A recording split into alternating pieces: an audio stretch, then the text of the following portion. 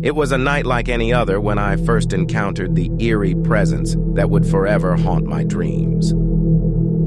I lived in a small, cozy cottage nestled in the woods, far away from the hustle and bustle of the city. The isolation was what I craved, a peaceful, serene existence that allowed me to escape the chaos of the outside world. But that tranquility was shattered one fateful evening. It began with the distant sound of footsteps crunching leaves in the forest surrounding my home. I dismissed it at first, thinking it was an animal, or perhaps a lost hiker. Yet, as the night deepened, those footsteps grew louder, closer, and unmistakably human. Unease settled in the pit of my stomach as I realized that whoever it was had come dangerously close to my cottage. I peered through the curtains, my heart pounding like a drum, and my breath caught in my throat when I saw him. A tall, shadowy figure standing just outside my window. He wore a tattered, hooded cloak that concealed his face, leaving only his pale, bony hands exposed. Those hands pressed against the window pane, and I could see long, gnarled fingers that seemed more like claws.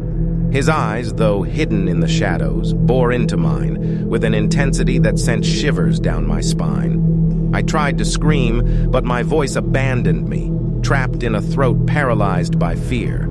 The figure's lips curled into a malevolent smile, revealing a row of sharp, yellowed teeth.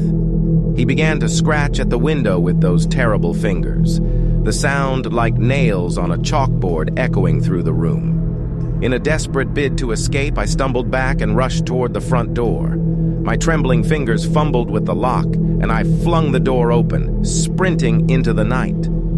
The cold, biting air tore at my skin as I fled into the forest, my heart racing like a runaway train. The footsteps pursued me, the sound growing louder with each frantic step I took.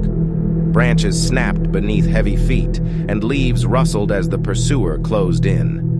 Panic consumed me as I realized I was being hunted by something not of this world. I didn't dare look back, for I feared what I might see.